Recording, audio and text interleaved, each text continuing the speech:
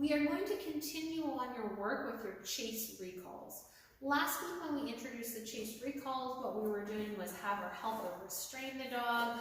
We run away and call our dogs with our back to the dog.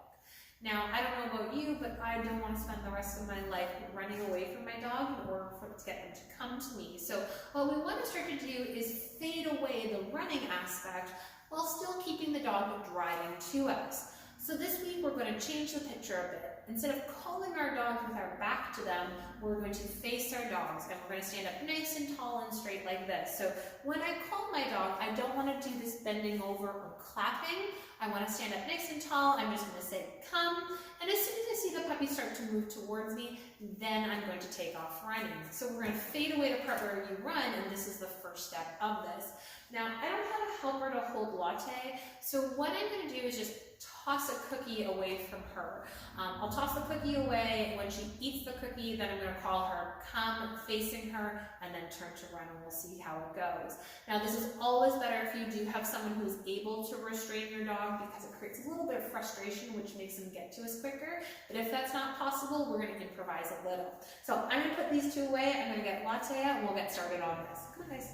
You're out. Come here, sweetie. Good. So I'm going to toss that cookie. I'll tell her, get it. Good. And I'm going to say, come. Yes. Good girl. Wow, super. So good. She's amazing. Yes. Good girl. Wow. Right. Still having a party with her. So I'm going to do it again. I'm going to toss this more. I'm just going to use kibble for the toss away cookie. Get it. Come. Yes. So she didn't come that time. So I'm going to go back and get her. I'm actually going to put her on a leash so she can't make that same mistake twice. So one mistake is fine, but I don't want the dogs repeating that mistake over and over again. So I'm going to throw this cookie again. Here you go. Get it? Come!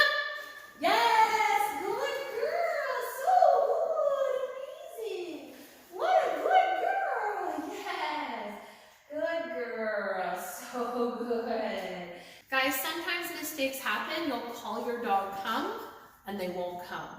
The important piece of this, though, is the follow-up. So if I said come and she ignored me and I just kept repeating come, the lesson she would learn is I don't have to come the first time.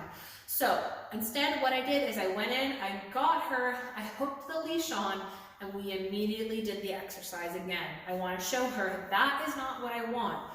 This is my expectation. Now, just to make sure she really understands it, I'm going to repeat it a few more times, making sure she gets it correct. So, throw my low value cookies out. We're going to get it.